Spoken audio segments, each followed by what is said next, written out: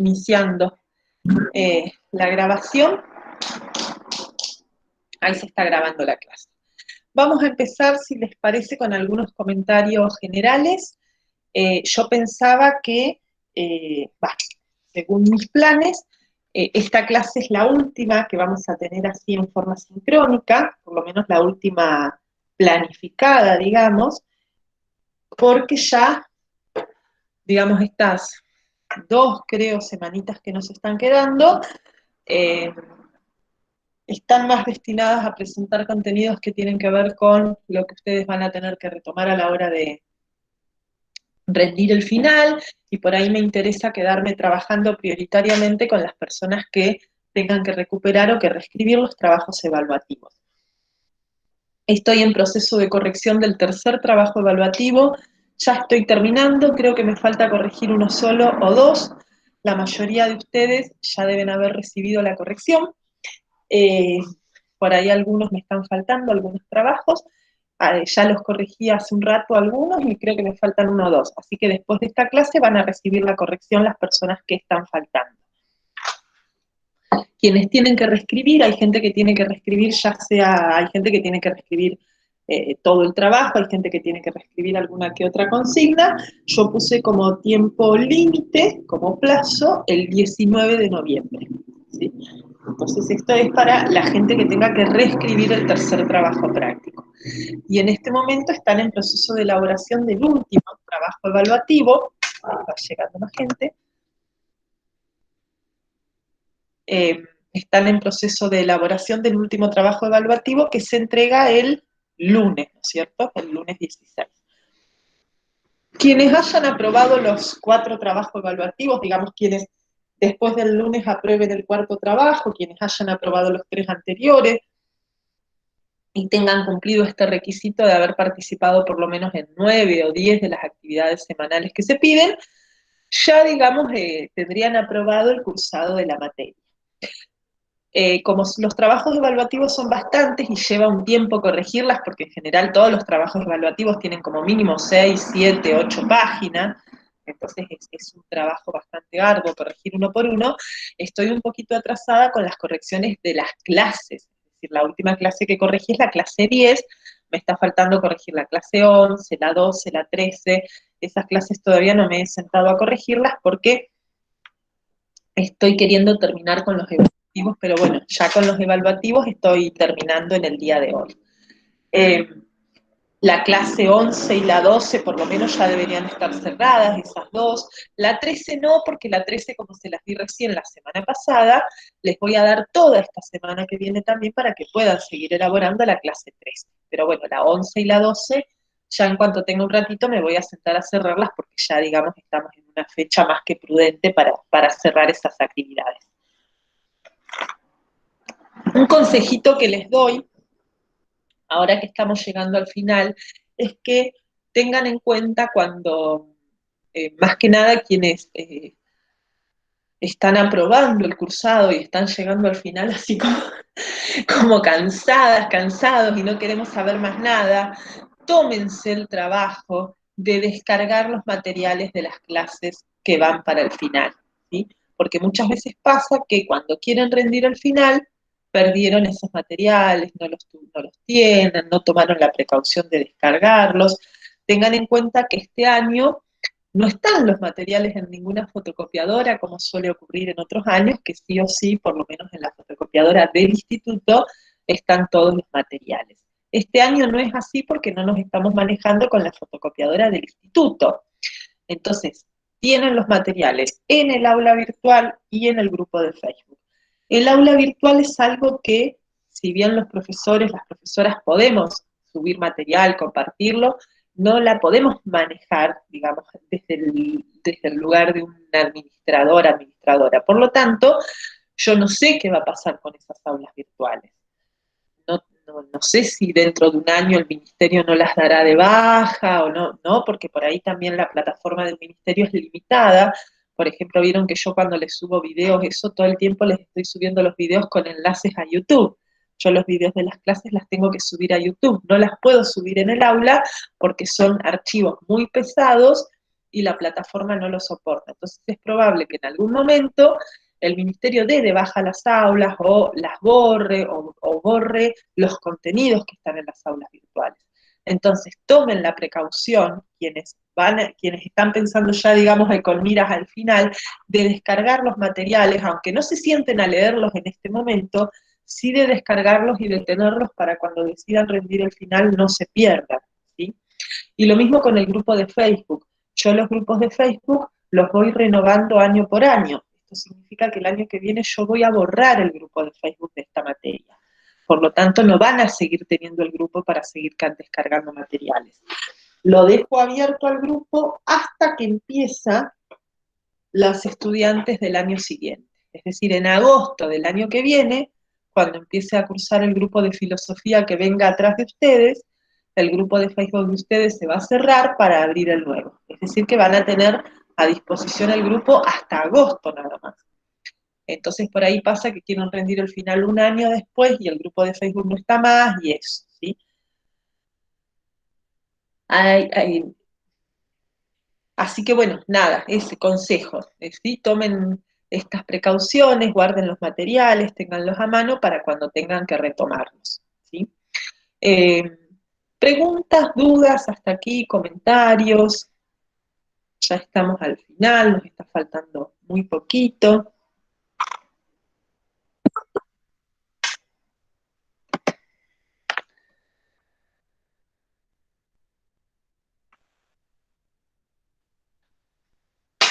Ir abriendo. ¿Estamos bien hasta aquí? Sí. Bien, perfecto. Vamos a empezar entonces con los contenidos de la clase de hoy.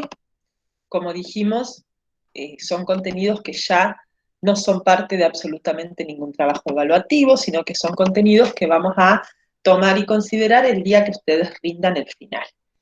Yo de todas maneras, el último miércoles, que sería el miércoles 25, les voy a subir un videíto con algunos, o un videíto, un archivo, digo, en general un videíto es como más claro a veces, con algunos consejos para el final, pero así a grandes rasgos, en líneas generales, para el final lo que se les pide es que ustedes preparen un problema o una pregunta filosófica, o un recurso, pueden elegir cualquiera de las dos cosas. Es decir, la idea es que preparen, qué sé yo, por ejemplo, una pregunta filosófica, si existe una realidad suprema o no. Si es posible el conocimiento o no es posible el conocimiento. El problema ético, qué está bien, qué está mal, en qué reside, cómo darme cuenta de qué está bien o qué está mal, qué sé yo, el problema de la justicia, cómo es un gobierno justo, si la sociedad en que vivimos es justa, es injusta, son todos problemas filosóficos que por supuesto no agotan los problemas de la filosofía, pero sí son problemas que hemos trabajado en el marco del cursado. La idea es que tomen uno de estos problemas o una pregunta filosófica y la analicen o la respondan desde diferentes filósofos, desde diferentes corrientes que hemos trabajado en el cursado. La condición es que en este grupo de autores, autoras que elijan para responder la pregunta que hayan tomado, tienen que corresponder a diferentes épocas históricas. Es decir, no vale tomar a Sócrates, Platón y Aristóteles, por ejemplo. La idea es tomar un filósofo o una filósofa de cada época diferente, como para ver también el devenir de esa pregunta en diferentes contextos y en diferentes momentos históricos. No sé si entienden lo que quiero decir. La idea, qué sé yo, es que Platón y Aristóteles, a pesar de sus diferencias, por ejemplo, respondieron a la pregunta por la existencia de una realidad suprema de manera bastante similar o de manera bastante cercana o con elementos comunes que tenían que ver con la forma de pensar de su contexto y de su cultura, que no va a ser la misma que la de la modernidad, que no va a ser la misma que la de la filosofía contemporánea y que no va a ser la misma que la Edad Media, por ejemplo. Entonces, para ver esta relación es que pido que los autores y las autoras que tomen sean de diferentes épocas históricas. Y la idea es que tomen, qué sé yo, entre 4, 5 autores, más no, porque si no al final se hace larguísimo. Y la condición es que uno de los autores o de las autoras que tomen sea sí o sí de estos pensadores y pensadoras del siglo XX que nos están quedando afuera de los trabajos evaluativos. ¿Se entiende? Macarena, Sí. ¿va a haber un tiempo estimado? Para la discusión, sí, otras cátedras proponen 15 minutos. Sí, en general la idea es que se expongan en unos 15, 20 minutos. Yo, lo que, lo que me pasa es que por ahí cuando veo, qué sé yo, hay 10 personas para rendir y no nos queda otra que correrlas con el tiempo, pero la verdad es que no me gusta correrlas con el tiempo, porque por ahí es re feo rendir un final, estar nerviosa, qué sé yo, y encima que te estén por ahí, viste, claro, cuando hay un montón de estudiantes para rendir no queda otra, porque si no, no terminas nunca, no te alcanza el día para tomar el examen. Cuando hay pocos estudiantes, por ahí nos relajamos un poquito más con el tema del tiempo, porque bueno, si hay solamente 2 o 3 estudiantes para rendir, es como que hay otro tiempo para escucharlas, para poder intercambiar. El final consiste en una primera parte en donde la estudiante o el estudiante expone su tema y una segunda parte en donde el tribunal les hace preguntas. Es decir, el hecho de que ustedes elijan una pregunta filosófica y de que tomen entre 3 y 5 filósofos o filósofas, no quiere decir que no estén preparadas ni preparados para responder preguntas sobre otros temas o sobre otros filósofos o filósofas. ¿Se entiende? Otra opción que tienen para el final, si no quieren preparar un tema o pregunta filosófica, es preparar un recurso. Preparar, por ejemplo, analizar una película, analizar una novela que hayan leído en otra materia, una obra literaria. ¿Sí? Pueden analizar un recurso que ustedes vean que es un recurso significativo para analizar los contenidos que trabajamos en filosofía. Entonces, en lugar de preparar un tema o un problema filosófico, directamente preparan, bueno, qué autores o autoras, qué contenidos, qué problemas de los que hemos trabajado a lo largo del cuatrimestre aparecen en ese recurso que yo elegí y que veo que tiene contenidos vinculados con las problemáticas filosóficas. ¿Se entiende? Bueno, pregunta. Tengo una consulta. Consulte. ¿Quién va a estar en el tribunal junto a Eso vos? no tenemos ni idea porque eso se decide cuando se conforman las mesas. Depende también cuando rindan. En general, no compartimos mesa con siempre la misma gente. No. Este año, a ver, yo no me acuerdo, me parece, si quieren después les aviso. Creo que este año, así, si van a rendir ahora en diciembre, creo que ya está armado el tribunal, pero si les tengo que decir ahora, sí, con qué profes estoy, no me acuerdo. Bueno, Pero está en bien, general va entiendo. variando. Siempre son, por supuesto, profes de la carrera, que ustedes o conocen porque los tuvieron o van a conocer porque los van a tener en segundo, en tercero, en otros años de la carrera.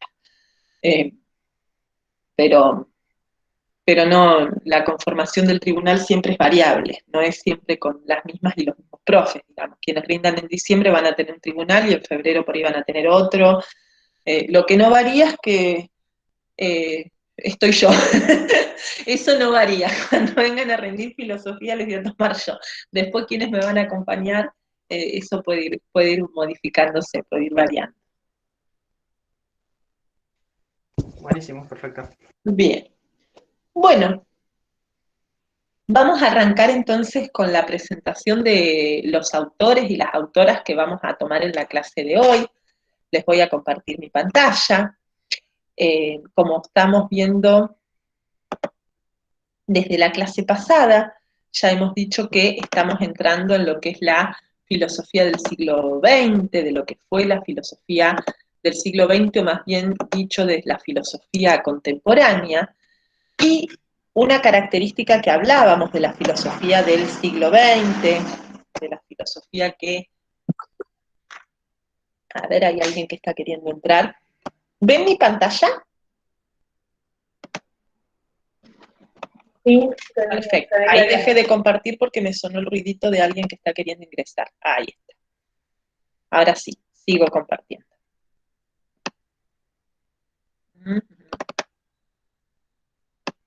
Acá estamos. Dijimos que uno de los elementos centrales de la filosofía del siglo XX era poner en la centralidad el problema del lenguaje y el problema de la conciencia que construye y que piensa lo real a partir de ese lenguaje. En este sentido, en la clase de hoy lo que vamos a hacer es tomar una corriente de pensamiento que fue muy importante y muy significativa durante la filosofía del siglo XX, que es la corriente existencialista. El existencialismo es una corriente filosófica muy diversa, muy heterogénea. De hecho, ustedes ya leyeron algo del existencialismo. ¿Se acuerdan el primer texto del que hablamos? Ah, no, ustedes no lo leyeron. Estoy mintiendo, no lo leyeron, pero sí lo nombramos. El texto de Karl Jaspers, ustedes nombramos al principio a Jaspers, a los 3 orígenes del filosofar, el asombro, la duda y las situaciones límites. Bueno, Jaspers es un filósofo existencialista del siglo XX. Jaspers pertenece a esta corriente. Pero nosotros no vamos a trabajar aquí con la filosofía de Jaspers, sino con la filosofía de otras 2 personas existencialistas, que son las que tienen en la foto, que son por un lado el filósofo francés Jean-Paul Sartre y Simone de Beauvoir, no sé bien cómo se pronuncia, disculpen, para pronunciar el francés soy medio de madera, que fueron, bueno, compañeros, digamos, fueron pareja sentimental, estuvieron juntos como 50 años hasta la muerte del filósofo, hasta la muerte de Sartre, que murió antes que ella, y que de alguna manera en Francia presentan aportes y, digamos, textos bastante significativos para esta corriente filosófica que denominamos existencialista, que fue una corriente filosófica muy fuerte y muy importante en el siglo XX. Vamos a empezar con algunos comentarios chiquititos de la filosofía de Jean-Paul Sartre. Quiero aclarar que la filosofía de Jean-Paul Sartre es extremadamente compleja y que lo que aquí vamos a tomar son solamente algunos comentarios generales para entender qué es el existencialismo y nada más que eso, ¿sí? Porque es una filosofía muy compleja que no vamos a poder abarcar en un pedacito de clase que tenemos hoy. La obra más importante de Jean-Paul Sartre se llamó El ser y la nada, pero nosotras no vamos a trabajar con esa obra, sino que vamos a tomar un texto muy cortito, es un texto de unas 14, 15 páginas, que es una conferencia que él dictó en el año 1946, que se llama El existencialismo es un humanismo. Ustedes se van a llevar para leer hoy, en la clase de hoy, por un lado una pequeña ficha de cátedra de Sartre, es muy cortita, más cortita que las fichas de cátedra que hemos trabajado hasta ahora, y por otro lado se van a llevar algunos fragmentos de esta conferencia. La conferencia es breve, tiene 14, 15 páginas nada más, o sea que a quien le interese leerla en forma completa, si la buscan en internet con el título, El existencialismo es un humanismo de Sartre, la van a encontrar completa porque está publicada en forma completa en un montón de lugares. Yo como material obligatorio no quise ponerles la conferencia completa, seleccioné algunos recortes como para que el volumen de lectura no sea tan grande. Entonces, como material obligatorio tienen solamente algunos fragmentitos elegidos de esta conferencia, pero si les interesa leerla completa, la buscan en Google y la van a encontrar muy fácil. En esa conferencia que él dicta en el año 1946, se defiende del marxismo. Y el marxismo es una corriente a la que él mismo pertenecía. Sartre era marxista. A ver, hay alguien queriendo entrar, así que hago una pausita. Ahí está. Continúo. Sartre pertenecía al movimiento marxista. No voy a aclarar demasiado con respecto a esto porque ustedes ya conocen a la filosofía de Marx, la hemos trabajado, es parte de los contenidos que estamos evaluando en este cuarto trabajo evaluativo, pero esas corrientes marxistas del siglo XX que problematizan y que cuestionan al sistema capitalista, fue como un movimiento político bastante importante en la Europa de la primera mitad del siglo XX, y Sartre pertenece a este tipo de movimientos. Y sin embargo, sus propios, digamos, compañeros de partido, sus propios compañeros marxistas, acusaban o señalaban que el existencialismo de alguna manera iba en contra del marxismo. Ahora vamos a ver por qué en la explicación. Entonces, en esta conferencia lo que Sartre trata de hacer, por eso el título es El existencialismo es un humanismo, es tratar de explicar cómo el existencialismo tal como lo entiende este autor no va en contra del marxismo, sino que de alguna manera se puede conciliar con los postulados de Marx. Por un lado, entonces, lo que tenemos que explicar es qué significa esto del existencialismo. Como les decía al principio, el existencialismo es una corriente filosófica recontra diversa y compleja. En principio, Sartre pertenece a una parte del existencialismo que se conoce con el nombre de existencialismo ateo. Como se imaginarán, se llama existencialismo ateo porque este grupo de pensadores existencialistas postula la inexistencia de Dios, es decir, a diferencia de otros autores anteriores como por ejemplo Hume, quien no se declaraba ateo, ustedes ya trabajaron con Hume, ya saben lo que pensaba sobre Dios, Hume no era ateo, en todo caso era escéptico, él dice, bueno, no puedo afirmar la existencia de Dios, pero así como no puedo afirmarla, tampoco puedo negarla. El caso del existencialismo ateo directamente niega la existencia de Dios, y se resume en una frase que aparece en la conferencia que van a leer, que es que la existencia precede a la esencia. Dentro de un ratito vamos a explicar qué significa esta frase. Pero por otro lado, además de pertenecer al existencialismo ateo, hay otros existencialistas que no son ateos, por ejemplo Jaspers, como les dije al principio, forma parte del existencialismo, pero no del existencialismo ateo, sino de un grupo existencialista creyente. Por otro lado, Marx también pertenece a la corriente marxista. ¿Y qué es lo que vamos a pensar aquí del marxismo de Sartre? Que entiende a la filosofía como un proyecto político. Sartre fue un tipo que estuvo metido en todos los quilombos políticos de la Francia de su época. Piensen que Sartre muere en 1980, qué sé yo, Sartre vive en 1969 el Mayo francés en las universidades francesas. Y lo vive porque aparte él era profesor universitario en esa época y se constituye como un referente muy importante de los movimientos estudiantiles de lo que fue el Mayo francés. Participó activamente en un montón de actividades políticas, estuvo comprometido incluso como marxista con las revoluciones comunistas de la época. Fue muy cercano a la revolución cubana, fue muy cercano a la revolución china, ¿sí? Tuvo, digamos, una vida y una actividad política muy significativa precisamente de la mano con esta idea de Marx de que la filosofía, si no es un proyecto político, no sirve para nada. No tiene que limitarse a pensar el mundo, sino que tiene que modificarlo. Y por otro lado, otro aporte de la filosofía de Sartre es el aporte de lo que se conoce en filosofía como la escuela fenomenológica, que es muy compleja. La fenomenología fue una corriente filosófica que nace con un filósofo alemán de principios del siglo XX, que es Helmut Husserl, con quien no trabajamos, y que después continúa su discípulo, su alumno, Martin Heidegger, con quien tampoco vamos a trabajar, aunque bueno, en mi plan original de esta materia teníamos una clasecita destinada a hacer algunos comentarios sobre Heidegger, pero no llegamos.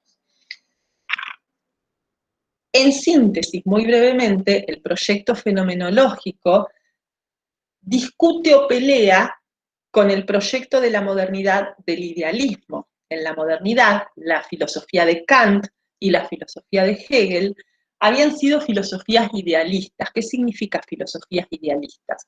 Filosofías que, recordemos, por ejemplo, con Kant, a quien ustedes conocen, que separaban la realidad como se nos aparece a los seres humanos de la realidad como es en sí misma. Si ustedes recuerdan a Kant, Kant distinguía el fenómeno del número, ¿no? Es decir, para Kant, los seres humanos conocemos la realidad no como es en sí misma, sino como se nos aparece a nosotros, y por lo tanto lo que conocemos son fenómenos, y a costa de conocer el fenómeno, el costo que pagamos, digamos, el precio que pagamos es que no podemos saber cómo es la realidad en sí misma, cómo es el número. Para la corriente fenomenológica, el ser es el aparecer, es decir, el fenómeno tal y como se le aparece a la conciencia humana, eso es lo real. Para la corriente fenomenológica, la filosofía tiene que abandonar el proyecto de pensar una realidad por fuera de la conciencia humana, como hacían Hegel y Kant, ¿no? No habría para la fenomenología una realidad trascendente a esta realidad en que vivimos. A ver, cómo se lo estoy pensando, cómo tratar de explicarlo de la manera más sencilla posible. Para la escuela fenomenológica, el ser, es decir, la pregunta por la realidad, la pregunta por excelencia de la filosofía, que es la pregunta por el ser, por qué el ser y no más bien la nada, es una pregunta que tiene sentido únicamente porque se le aparece a una conciencia humana, ¿no? Digamos, en el mundo no hay otra especie, no hay otro ser que se pregunte por el ser.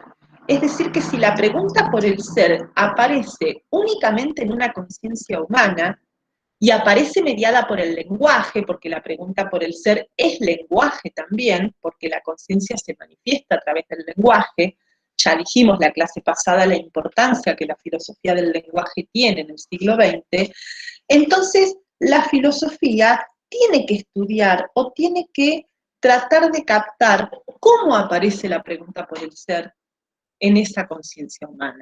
Es decir, que la fenomenología es un proyecto filosófico que se va a centrar en el estudio de la conciencia del hombre como ser en el mundo. Esta idea de ser en el mundo es un concepto que Sartre toma de Martin Heidegger y que tiene que ver con lo que plantea Heidegger vinculado a que el hombre es un ser en el mundo, pero que no está en el mundo como el resto de las cosas. ¿Me van entendiendo o estoy siendo muy enredada?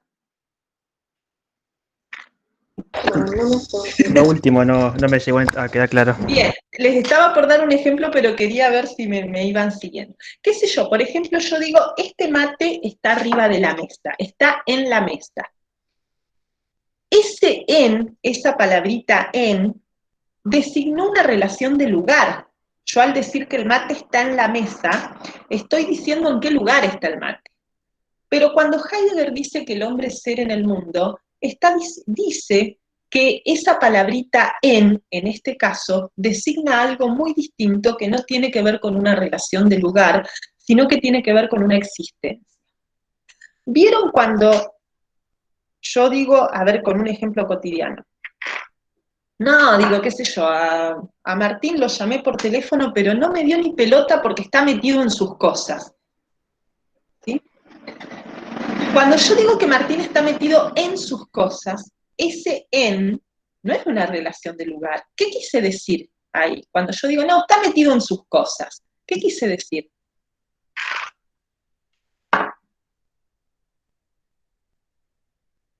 Con las cosas de su vida. ¿Qué está haciendo Martín? Se está ocupando. Está ocupado. Precisamente esa palabra usa Martín Heidegger. El hombre está ocupado en el mundo. El hombre es ser en el mundo, pero no como los otros seres. Todas las otras cosas existen en el mundo. Perdón, Heidegger dice que no existen, sino que están en el mundo como el mate está en la mesa. Está ahí simplemente, está. El hombre no. El hombre está en el mundo, ocupado por el mundo. El mundo lo activa, nos ocupa y nos preocupa, dice Heidegger. Entonces, solo el hombre es ser en el mundo. Ninguna otra cosa existente, ningún otro ente, dice Heidegger, es ser en el mundo. Por eso Heidegger dice que el hombre es el único que existe. Todas las otras cosas no existen. ¿En qué sentido no existen? En el sentido de que no están ocupados en el mundo, simplemente están ahí. El hombre es el único que se pregunta por el ser y que está en el mundo en forma activa, en forma creativa, y por lo tanto en esa conciencia que existe aparece la pregunta por el ser. Heidegger inventa palabras, como si no fuera ya difícil su filosofía. De hecho, la obra más importante de Heidegger se llama Ser y Tiempo, y en la introducción de Ser y Tiempo, una de las primeras cosas que Heidegger dice es que hay cosas que quiere decir, pero que no existen palabras para decirlas, por lo tanto las va a tener que inventar.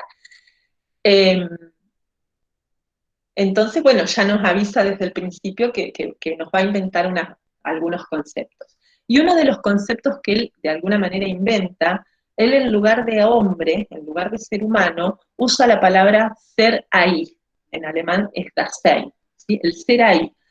Él no nos llama hombres o seres humanos o personas, nos llama ser ahí. ¿Qué significa ser ahí?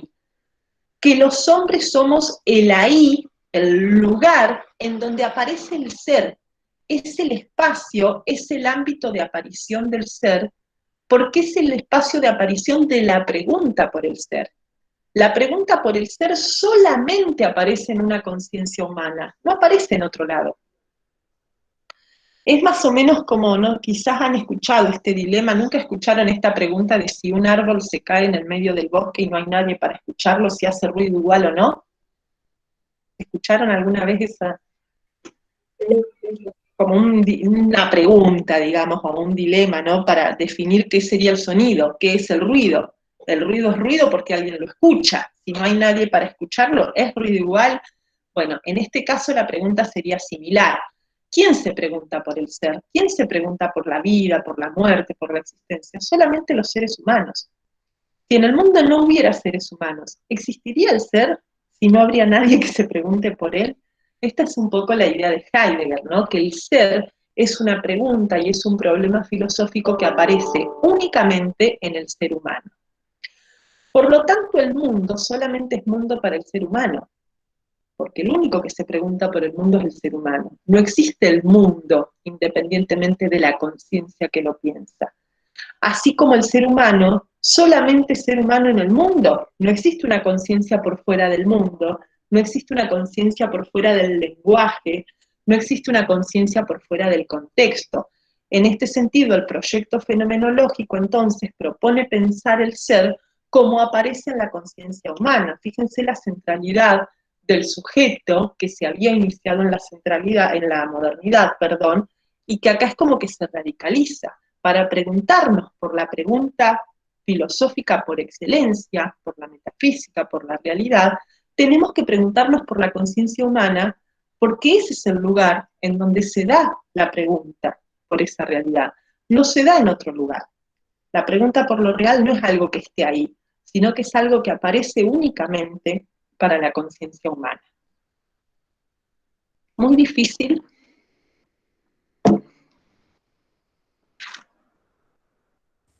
No, ahí vamos. Bueno, cualquier cosa, igual recuerden que estoy disponible para consulta de aquí al final cuando necesiten. Sartre dice que el ser, ese ser que aparece en la conciencia, se manifiesta entonces como en tres grandes aspectos o en tres grandes dimensiones. Sartre habla de la aparición del ser en sí, que tiene que ver con la pregunta metafísica, es decir, esta pregunta de la que estamos hablando, ¿no? Los seres humanos somos los únicos que nos preguntamos por el ser, y cuando nos preguntamos por el ser, no nos estamos preguntando por las cosas, no nos estamos preguntando por los entes, nos estamos preguntando por el ser en sí mismo, que va más allá de los entes.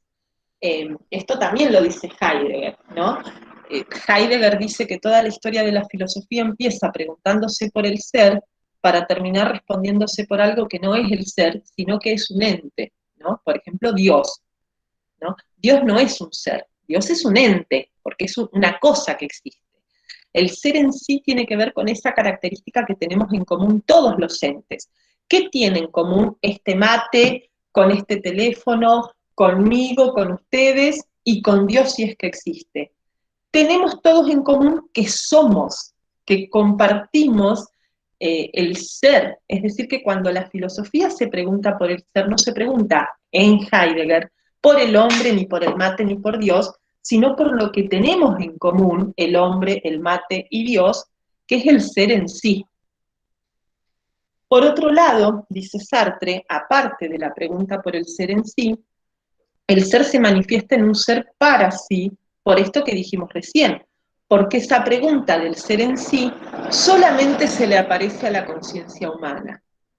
No hay pregunta ni respuesta por el ser si no hay una conciencia humana, es decir, se me aparece a mí, a Macarena, la pregunta por el ser. Pero además, Macarena se da cuenta de que en el mundo hay otros entes que también se pueden preguntar por el ser. Ustedes, las otras personas. ¿Sí? Este mate se me aparece a mí de forma muy diferente a como se me aparecen ustedes. Entonces, otro ámbito de manifestación del ser es el ser con otros que abre a la dimensión ética. Hay otros seres en el mundo que también se preguntan por el ser y que yo reconozco porque veo que son los otros entes capaces de preguntarse por el ser como me pregunto yo. Por lo tanto, ahí hay otro espacio de manifestación del ser.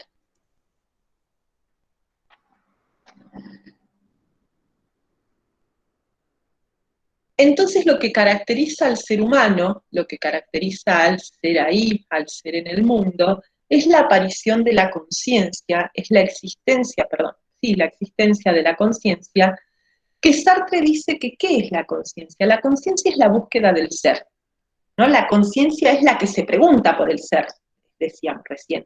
Solamente en una conciencia aparece la pregunta por el ser. Pero entonces si la conciencia se pregunta por el ser, si la conciencia busca el ser, es porque no lo tiene. Porque si lo tuviera no lo estaría buscando. Por lo tanto, la conciencia es lo opuesto del ser. ¿Y qué es lo opuesto del ser? ¿Qué es lo contrario del ser? Desde Parménides ya. ¿Qué es lo contrario del ser? El no ser. El no ser. O sea, la nada.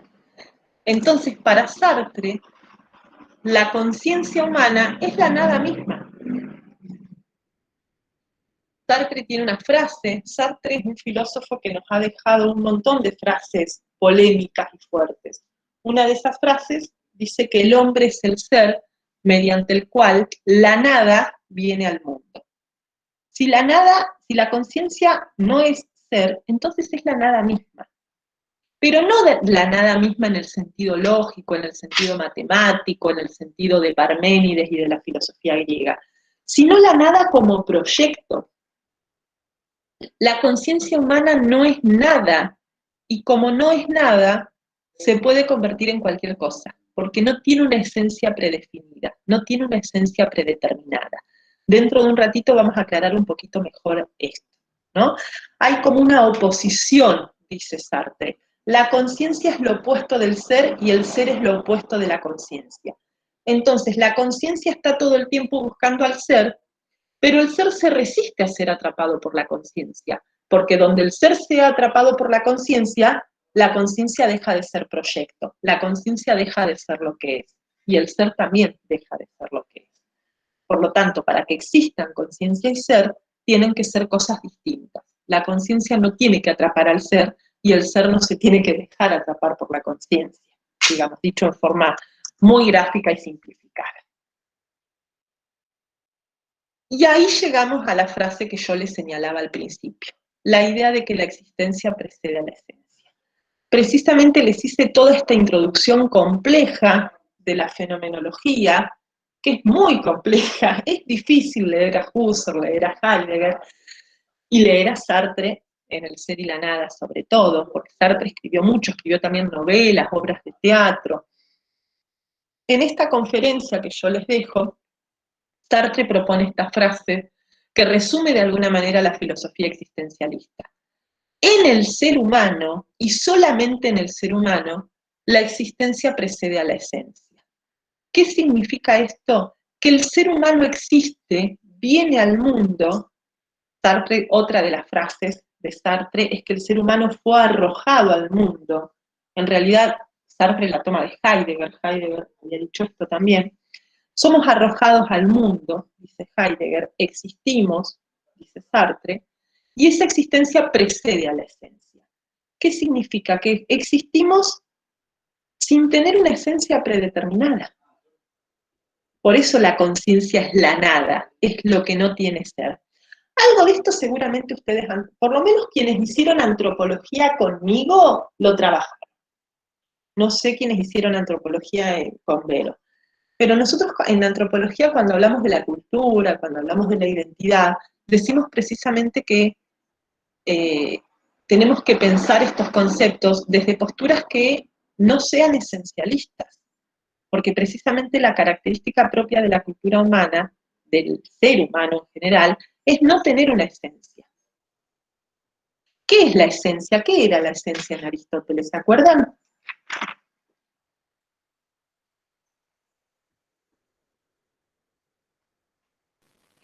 Algo que permanece. Bien. ¿Qué más? Algo que permanece, que no cambia. ¿Qué pasa si la esencia cambia? Por ejemplo, ¿cuál es la esencia de un mate?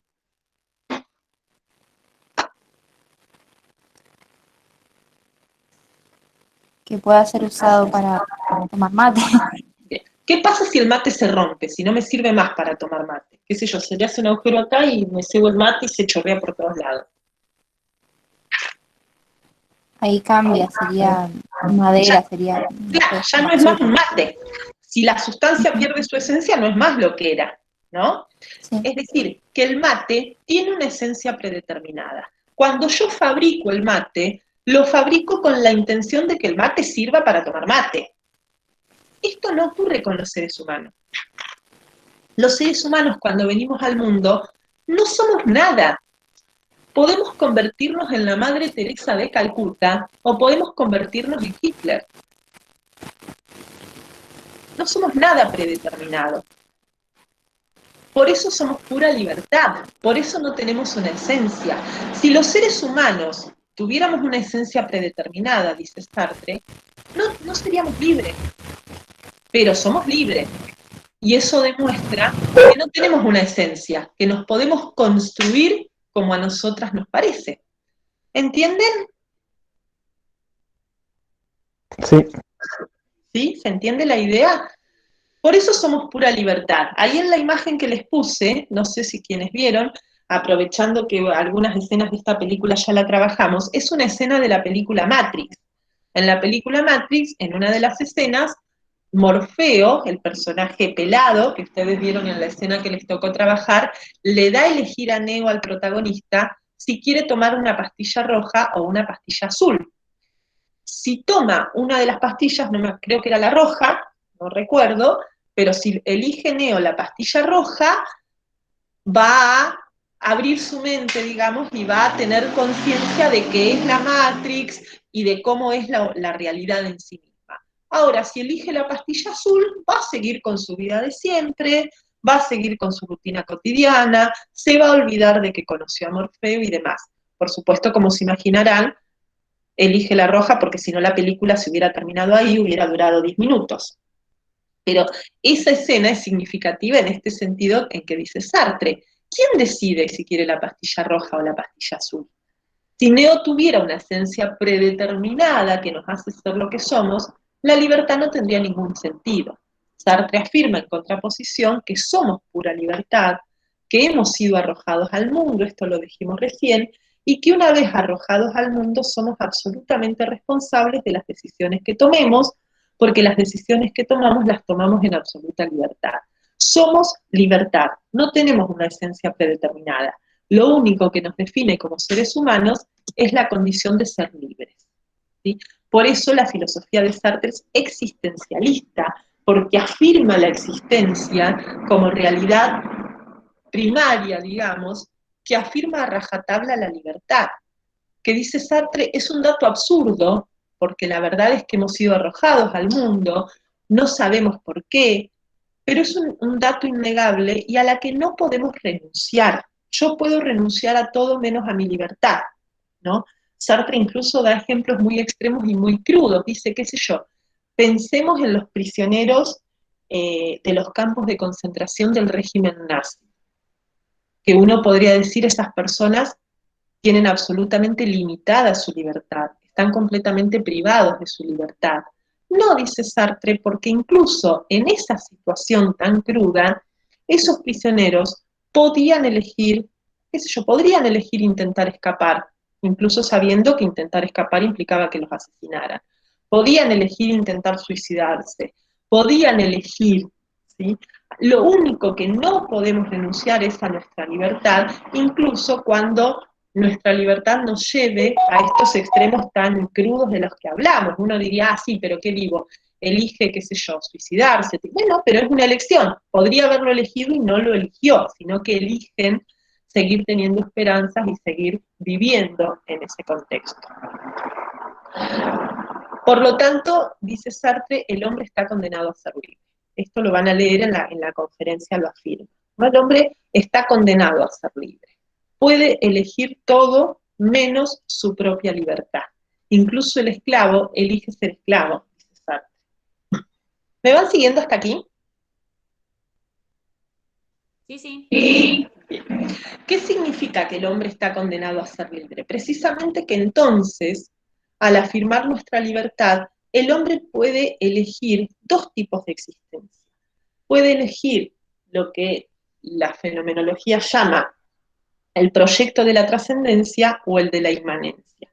¿Con qué tiene que ver la trascendencia? Precisamente con este hacerme cargo de que soy conciencia, de que soy libertad, de que soy pregunta por el ser, de que no puedo renunciar a mi libertad y que por lo tanto la vida que construyo es entera y absolutamente responsabilidad mía. Por lo tanto, el proyecto de la trascendencia tiene que ver precisamente con esto, dice Sartre, con la existencia de un proyecto.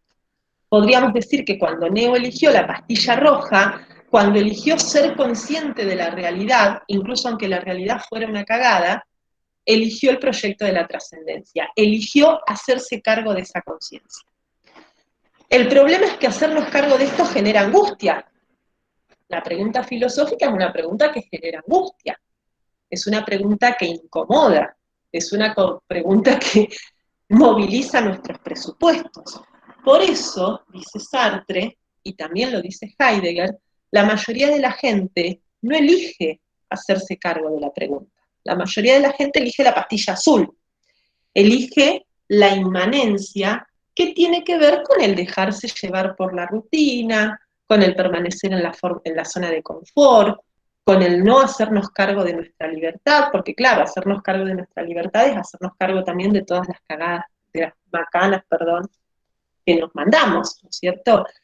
Heidegger, eh, cuando publica Ser y Tiempo, estoy hablando del año, creo que Ser y Tiempo es de 1927, 27 o 29, imagínense que en esa época ya había terminado la Primera Guerra Mundial, pero no había empezado todavía la Segunda.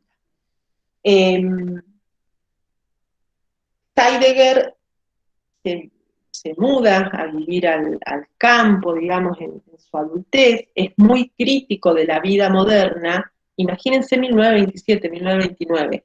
Heidegger es muy crítico de los medios de comunicación. ¿De qué medios de comunicación está hablando? Del diario, de la prensa. Heidegger dice que el ser humano moderno, cuando él habla de moderno, habla del contexto de 1927 o 29, es un ser humano que vive en la avidez de novedades, es decir, que está todo el tiempo esperando las novedades, ¿no? Está todo el tiempo chusmeando Facebook, viendo qué hay de nuevo. Y que ese ver todo el tiempo que hay de nuevo, esa avidez de ir todo el tiempo atrás de lo nuevo, tiene que ver precisamente con disfrazar, con ocultar la pregunta por el ser, ¿no? Con no hacerse cargo de la angustia que genera la pregunta por el ser. ¿Y por qué genera angustia?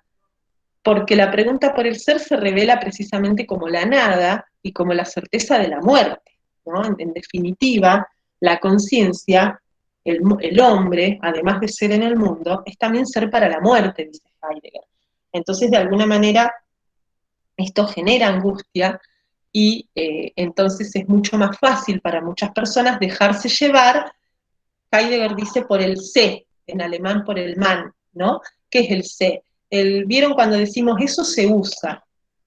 ¿Y por qué tengo que hacer esto así? Y porque se hace así, ¿no? Este se que refleja las cosas como las hace todo el mundo, precisamente es el dejarme llevar por lo que hace todo el mundo. Usa la ropa que todo el mundo usa, pienso lo que todo el mundo piensa, repito lo que los medios de comunicación dicen. Es mucho más fácil eso que hacerme cargo de mi propia libertad y de pensar por mí misma. ¿Me van siguiendo hasta aquí? Sí. Como se imaginarán, dijimos, Sartre representa el existencialismo ateo, por lo tanto, con respecto a Dios, niega la existencia de Dios. En la conferencia que van a leer tienen algunos comentarios de esto. Para Sartre, Dios representa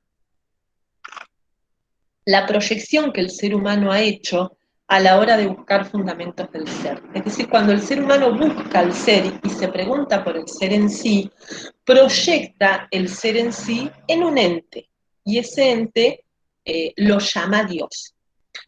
En este sentido dice algo parecido a lo que dice Nietzsche. Si ustedes recuerdan cuando hablábamos de Nietzsche, del Zaratustra, decía, bueno, Dios es un invento, pero que nos olvidamos que era un invento, ¿no? Como todo concepto, ¿no? Y que creamos a Dios, lo inventamos, pero después para que la idea de Dios funcione y para que no nos genere angustia, tenemos que olvidarnos de que es un invento. Entonces, ¿qué hacemos? Lo buscamos, lo buscamos, lo buscamos, y cuando lo encontramos, lo que terminamos encontrando es que es la nada misma, que es un invento, que es una proyección, que tiene que ver con la aspiración de la conciencia de buscar un ser en sí. En el existencialismo subhumanismo, en la conferencia que ustedes tienen para leer, da un ejemplo muy sencillo que de alguna manera muestra, ejemplifica esta idea que tiene Sartre de que si Dios existiera, las personas no seríamos libres. Porque, a ver, las personas que creen en Dios, ¿cómo piensan a Dios desde la religión? ¿Cómo es Dios? ¿Qué hizo Dios con el hombre? ¿Qué dice la Biblia o qué dicen los textos?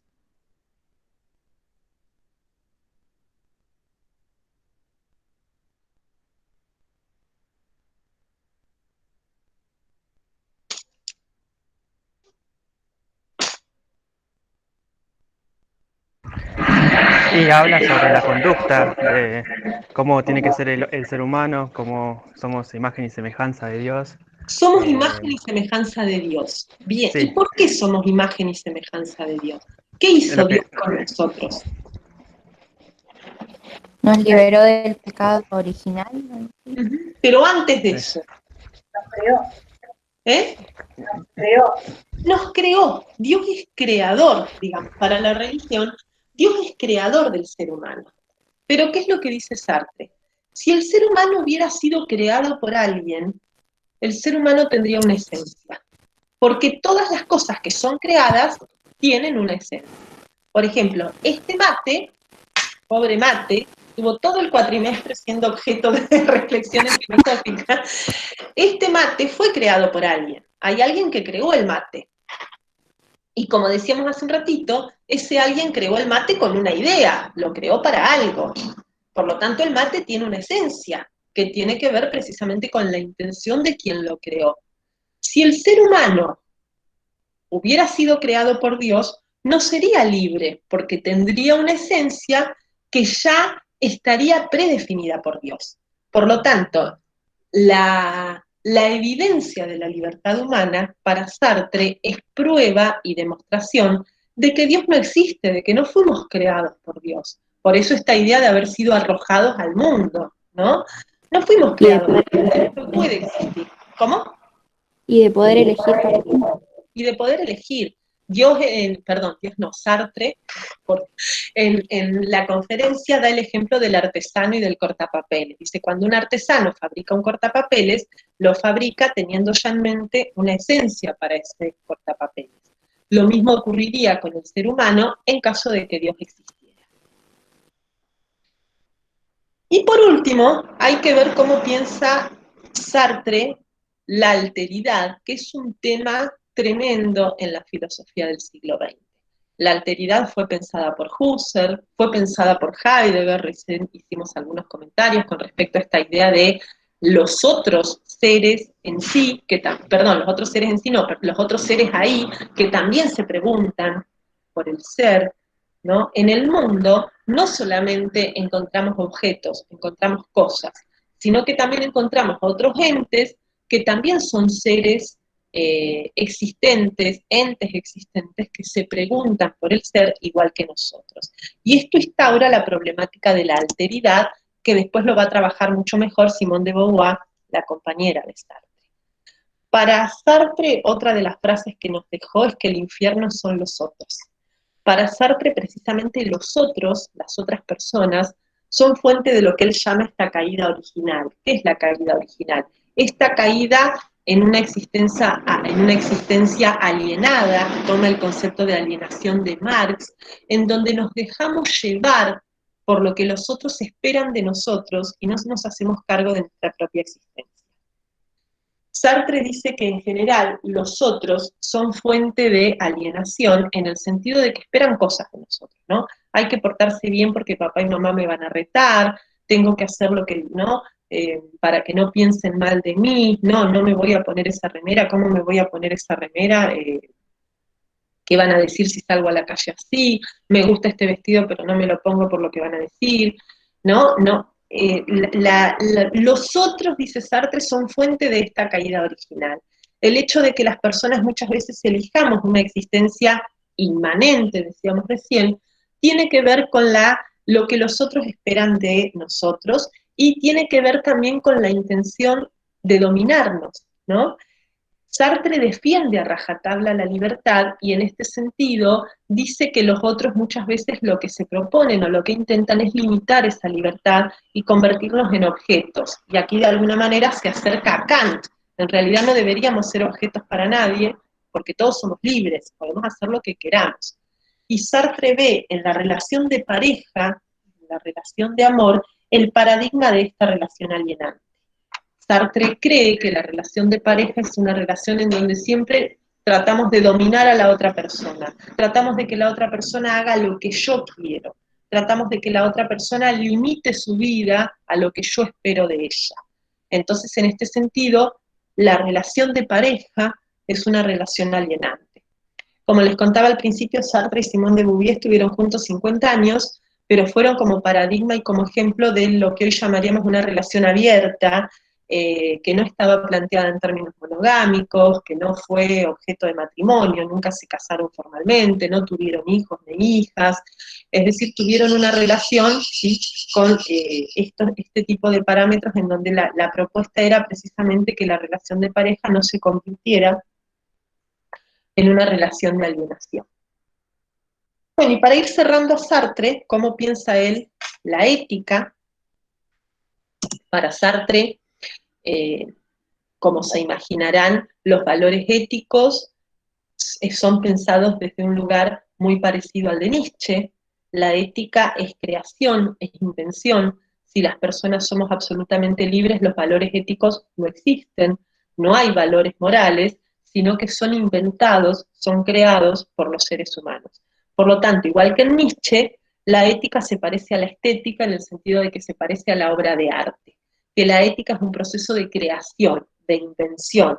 Recién hablábamos de la monogamia, es un ejemplo clarito de un invento, de una creación humana que se instituye y que nos, digamos, condiciona a esperar ciertas cosas de nosotros, pero que tranquilamente podría obedecer a otros parámetros o organizarse de otra manera.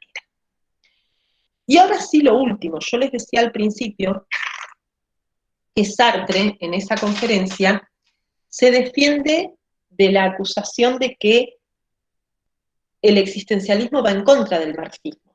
Fíjense que recién cuando explicamos el existencialismo de Sartre, todo el tiempo estuvimos haciendo hincapié en la libertad, en la responsabilidad, en la idea de que yo soy responsable de mi propio destino, de que yo soy responsable de mi vida, y en este sentido, de alguna manera va a contramano de lo que proponía la teoría marxista, en donde, si ustedes recuerdan, la clase social condicionaba la vida de las personas.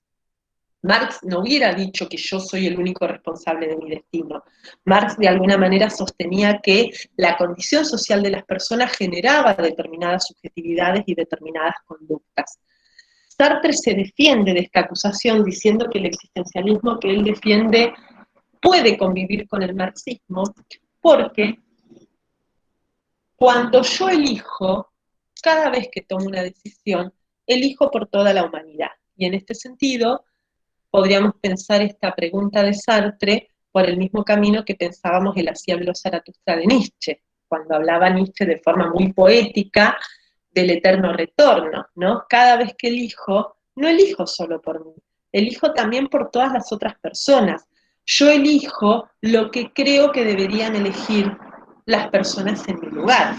Y por eso la elección y la libertad genera angustia, ¿no? Si yo elijo convertirme en una asesina en serie, es porque creo que todos en mi lugar deberían ser asesinos en serie, ¿no? Entonces, de alguna manera, él concilia el existencialismo con su lucha política y él defiende la filosofía como lucha política por el cambio de las condiciones de vida injustas, porque precisamente él cree que está, digamos, eligiendo por toda la humanidad. Él en el existencialismo es un humanismo de ADG que dice, bueno, yo como obrero puedo elegir afiliarme a un sindicato cristiano y predicar que mi destino de obrero es así porque Dios lo quiso y que por lo tanto yo tengo que resignarme a ese destino y poner la otra mejilla. Si yo hago eso, es porque estoy creyendo eso no para mí, sino para mis compañeros también.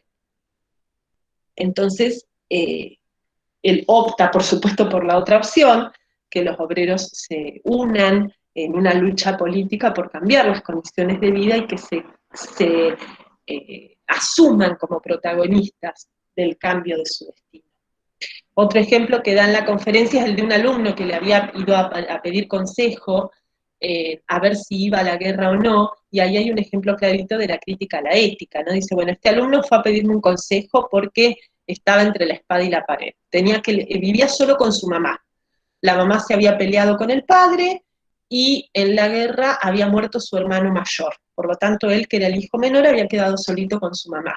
Entonces, estaba entre ir a la guerra para defender a su país, pero eso la iba a matar a su mamá porque ya había perdido un hijo en la guerra, o quedarse junto a su mamá, con lo cual de alguna manera estaba traicionando a su país. Entonces Sartre hace un análisis en la conferencia y dice, ¿quién puede ayudar a ese alumno? El cristianismo no lo puede ayudar, porque el cristianismo dice, sí, bueno, resignarte, poner otra mejilla, pero ¿a qué me resigno? ¿Me resigno a traicionar a mi país o me resigno a traicionar a mi mamá? Kant tampoco puede ayudar. Si yo me voy a la guerra, estoy tratando a mi mamá como un medio para cumplir mis fines. Y si me quedo con mi mamá, estoy traicionando a mi país y considerando a mi país como un medio. Entonces, bueno, de alguna manera ese ejemplo lo usa Sartre para ilustrar cómo, en definitiva, ¿quién tiene la decisión? Y vos solo, fíjate, ¿no? Invente, dice Sartre que le dijo a su alumno, ¿no? Incluso pregunta, ¿y para qué me vino a ver? Dice, elegir el consejero, dice Sartre, ya es elegir consejo. Cuando yo estoy ante un dilema y voy a pedirle consejo a alguien, estoy eligiendo el consejo también, porque más o menos conozco el consejo que me va a dar. Justo me vino a ver a mí, que soy existencialista, dice Sartre, y ya de alguna manera este chico sabía lo que yo le iba a decir. ¿Qué le iba a decir? Invente, sea libre, decida, ¿no? Bueno, hasta aquí Sartre. ¿Se entendió?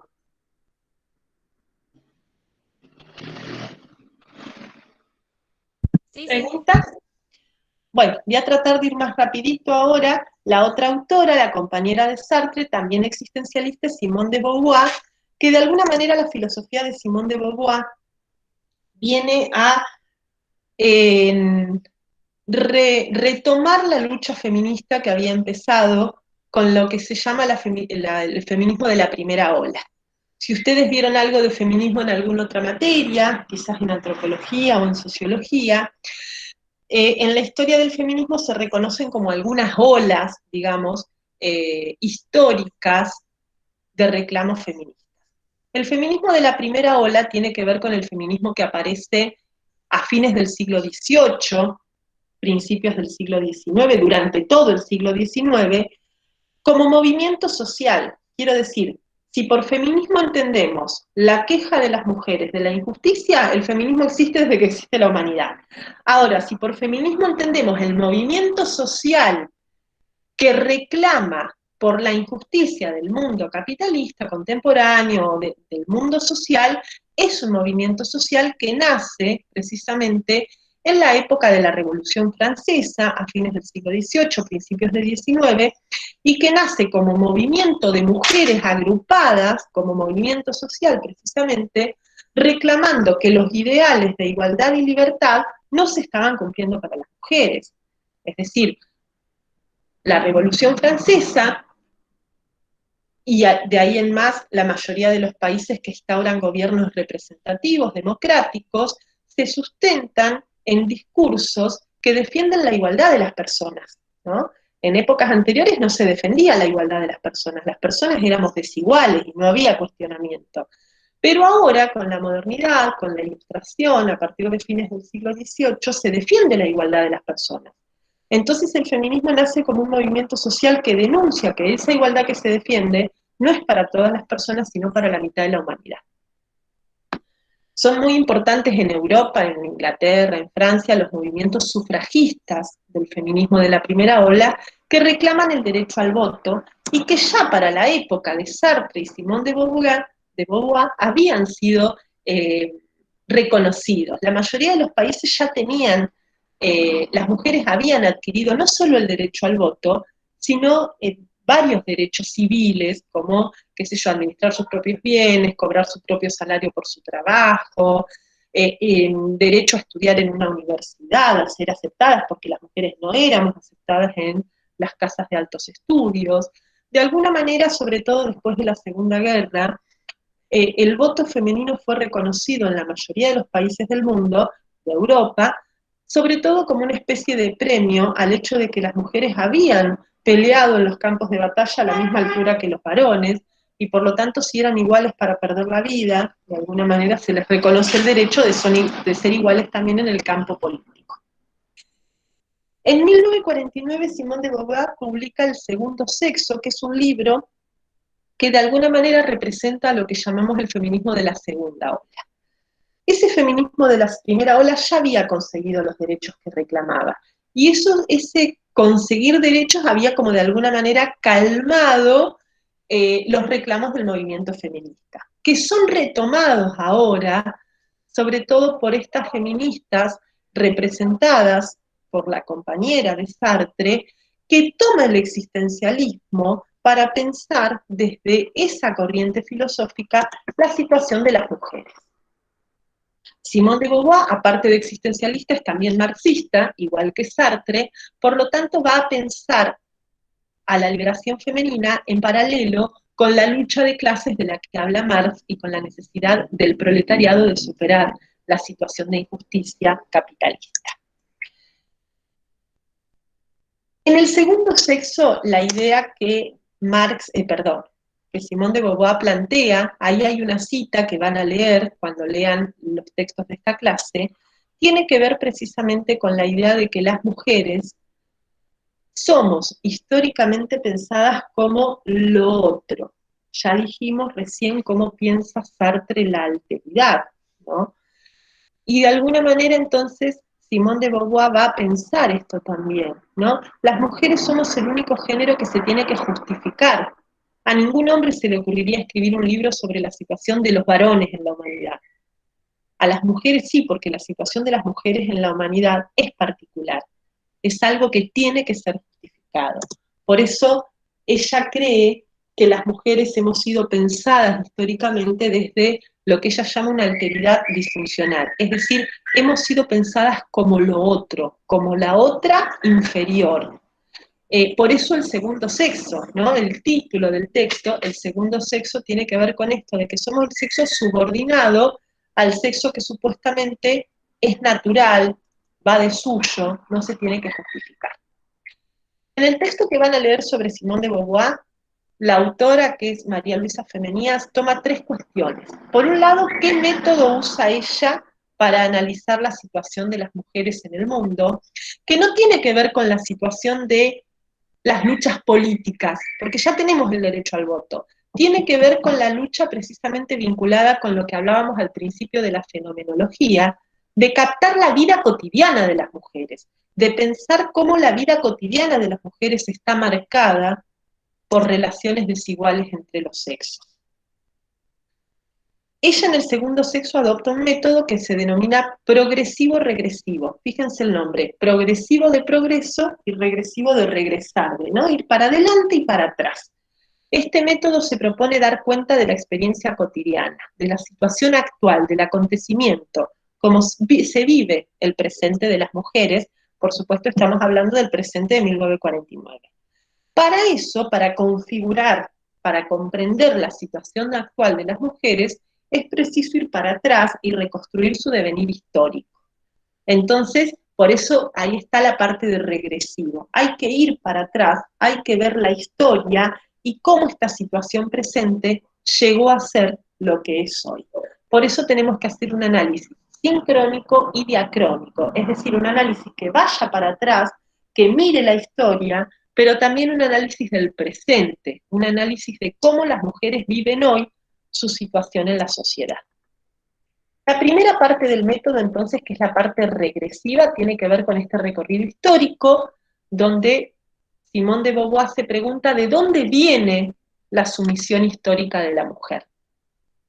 En el texto, ustedes no van a leer toda esa parte porque no me parece significativa, ella toma, por supuesto si les interesa lo podrán leer cuando quieran, diferentes discursos científicos, filosóficos, políticos, religiosos, históricos, ahí en el cartelito de Rousseau tienen una frase que funciona como ejemplo, que dan de alguna manera la explicación de cómo históricamente las mujeres fuimos pensadas como inferiores naturalmente. Tomando aportes de un antropólogo francés, Lévi-Strauss, Simone de Beauvoir encuentra cómo en la mayoría de las culturas hay leyes que prohíben que las mujeres hagamos lo que supuestamente los discursos dicen que no podemos hacer por naturaleza. Y esto se contradice. A ver si me explico lo que quiero decir. ¿Qué sé yo? ¿Hace falta una ley que prohíba a los varones parir? ¿Hace falta que escribamos una ley que prohíba que los varones pasen por la situación del parto? ¿Por qué no? ¿Y por qué los hombres no podemos parir? Fácil. Es decir, si esos discursos dicen que por naturaleza no podemos, ¿por qué después hay leyes que nos prohíben hacerlo? Si por naturaleza no podemos, no haría falta que viniera una ley a prohibírnoslo, ¿no? Todas esas leyes que prohibían a las mujeres votar, que prohibían a las mujeres ir a la universidad, que nos prohibían administrar nuestros bienes, que nos prohibían acceder a determinados puestos de trabajo, ¿para qué se escriben? Si supuestamente, según el discurso científico, político, religioso, no podemos hacer esas cosas por naturaleza. Si hay leyes que nos lo prohíben, eso significa que podemos hacerlo, pero que hay alguien que no quiere que lo hagamos. ¿Se entiende? Como que la negación reivindica eso. ¿Cómo? Como que la negación reivindica que en realidad sí se puede, pero justamente por eso están. Exacto. Por eso esta primera fase del método es analítico. Ella reconstruye la historia de diferentes disciplinas para ver cómo hubo un montón de discursos que fueron contribuyendo a pensarnos como inferiores y a prohibirnos hacer cosas que en realidad no hacemos por ese infierno que son los otros del que hablaba Sartre, por esa alteridad disfuncional, por ese dejarnos llevar por lo que hace todo el mundo. Y la segunda fase del método es la fase progresiva. Ella no se queda ahí, no se queda en el hecho de constatar que los discursos nos construyen como inferiores, sino que también avanza en ver, bueno, esos son discursos históricos. Ahora, ¿cómo viven las mujeres hoy, del siglo XX, esos discursos en el presente? Esa pregunta por el presente le permite a ella develar la forma singular de opresión que viven las mujeres de la Francia del año 1949, ¿y para qué quiero saber eso? Para ver cómo superar esa situación. Precisamente la apuesta de Simone de Beauvoir no apunta a un análisis teórico de la opresión de las mujeres, sino a que ese análisis teórico sea una herramienta de lucha política. ¿Para qué? Para que las mujeres nos demos cuenta que nuestra desigualdad no es natural, que es singular, que es contingente, que es construida, que es inventada y que por lo tanto, si la vemos como injusta, la podemos superar. La idea es esto, bueno, tomemos conciencia de que esto es inventado y que si es inventado, lo podemos cambiar. En este sentido, ahí toma elementos de la filosofía de Marx, la filosofía como herramienta de lucha política también. Y en este sentido, y de la mano con el existencialismo, ella cuestiona a muchas mujeres, porque ella dice, cada mujer tiene una responsabilidad ética. Volvemos a lo que dice Sartre. Cuando yo me elijo, elijo para todo el mundo. ¿Qué hago yo con esa inferioridad que me han construido? ¿Soy cómplice de esa inferioridad? ¿La consiento? ¿La rechazo? Ojo, porque lo que yo hago es como si se quiere un ejemplo o una muestra de lo que yo creo que deberían hacer todas las mujeres. Entonces hay una responsabilidad ética de cada mujer en decidir si se somete a esa situación o si hace algo por modificarla. Esta segunda fase del método es lo que ella llama fase sintética, porque de alguna manera analiza el presente y fíjense, por eso progresiva, a futuro. ¿Qué hacemos con esto? ¿Lo cambiamos o lo dejamos como está? ¿Se entiende? El segundo elemento que toma ella, que toma Femenías para analizar a Simone de Beauvoir, es la dialéctica de Hegel. Ya un poquito estuvimos hablando de Hegel. Hay un texto de Hegel, un fragmento de Hegel, en la Fenomenología del Espíritu, creo, no me acuerdo, en donde él habla de la dialéctica del amo y el esclavo. Para Hegel, el amo y el esclavo son dos figuras que se construyen como conciencias opuestas, en donde una conciencia se construye como amo porque se construye como afirmando su poder, mientras que la figura del esclavo se constituye como esclavo porque es una conciencia que termina teniendo miedo de morir y por eso se somete.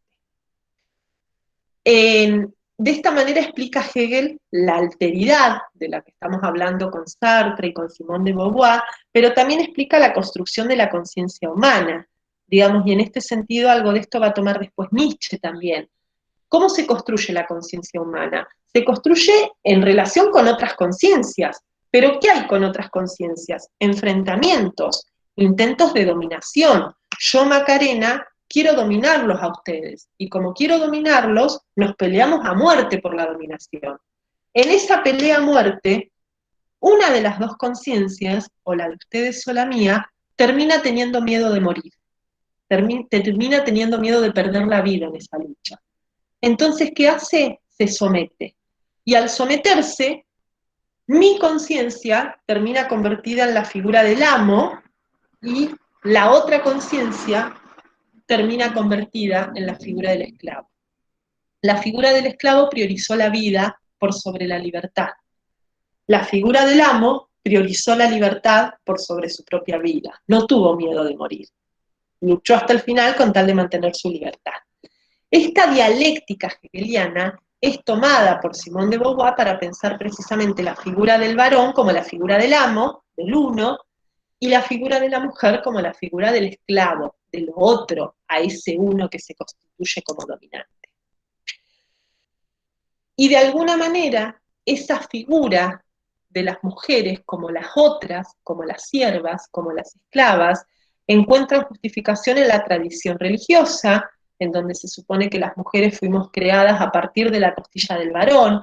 Entonces hay toda una tradición religiosa que fomenta esta idea de que las mujeres somos lo otro, somos lo segundo, el segundo sexo, pero no solo la tradición religiosa, sino también los análisis de los textos marxistas. Nosotros hablamos un poquito también cuando hablamos de Marx, de este amigo que tenía Marx, de Engels, que analiza, Engels defendía la lucha de las mujeres, y no analiza esto defendiéndolo, sino que lo analiza precisamente con el mismo espíritu de Simone de Beauvoir, denunciándolo como las mujeres fuimos históricamente las primeras esclavas de las sociedades patriarcales, porque en una sociedad primitiva, en donde los recursos se conseguían a través de la fuerza física, las mujeres que no teníamos esa fuerza física terminamos siendo sometidas, terminamos siendo esclavizadas por las personas que sí tenían esa fuerza física, que era la figura de los varones.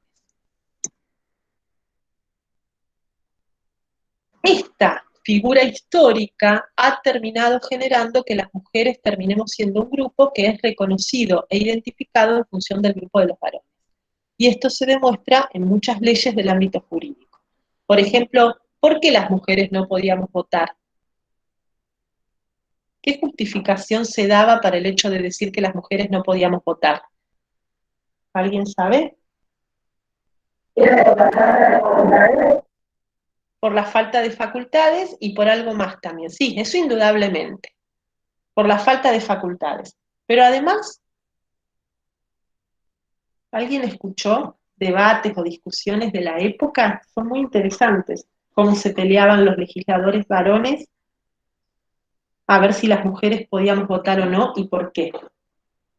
Uno de los argumentos que se daba era que, ¿para qué íbamos a votar las mujeres? No hacía falta, si ya votaban los varones por nosotras, ¿no? Si, qué sé yo, vota mi marido vota en nombre de toda mi familia, ¿para qué voy a votar yo?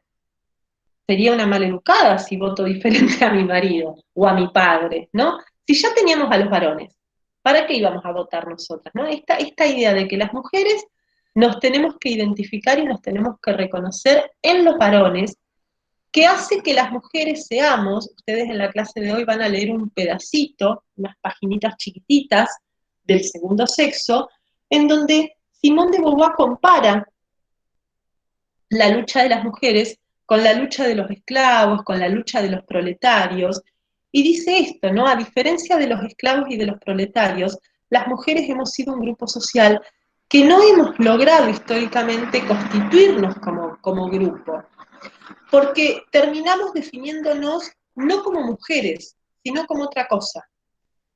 Simone de Beauvoir dice en una parte del texto que van a leer, las mujeres burguesas tienen más solidaridad con sus compañeros burgueses que con las mujeres proletarias, ¿no? Entonces, esto hace que las mujeres terminemos identificándonos en el varón que nos acompaña. Yo, mujer burguesa, me identifico como burguesa, no como mujer. Y por lo tanto, desde ese lugar de burguesa, oprimo y ataco a otras mujeres, ¿no? Esto no ocurre, dice Simone de Beauvoir, por ejemplo, con el grupo de proletarios o con el grupo de esclavos, en donde el esclavo se identifica como esclavo y tiene una conciencia, diríamos, conciencia de clase con los otros esclavos. Con las mujeres no ocurre esto. Las mujeres tenemos, digo conciencia de clase por tomar un concepto que quizás conocen, no entraría aquí el concepto de clase, pero tenemos más conciencia de grupo, si se quiere, con otros varones que con nuestras propias congéneres mujeres. Por lo tanto, ella va a ser pionera, fíjense, hablamos de 1949, de esto que hoy el movimiento feminista llama sororidad, el acompañamiento entre mujeres, el entablar lazos entre mujeres. Esta identificación de las mujeres con los varones lleva a que estemos invisibilizadas, a que se dé por supuesto que cuando hablamos de la humanidad hablamos solo de los varones y que las mujeres ya vamos incluidas de suyo en ese grupo. Me esperan 2 segunditos, me están tocando la puerta.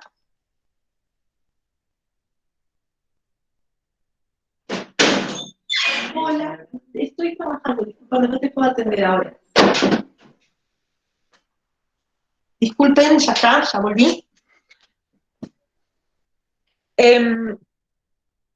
Esta falacia pars pro toto, parte por todo, es una falacia que estudia la lógica. La lógica se ha dedicado en la historia a estudiar las falacias en la argumentación.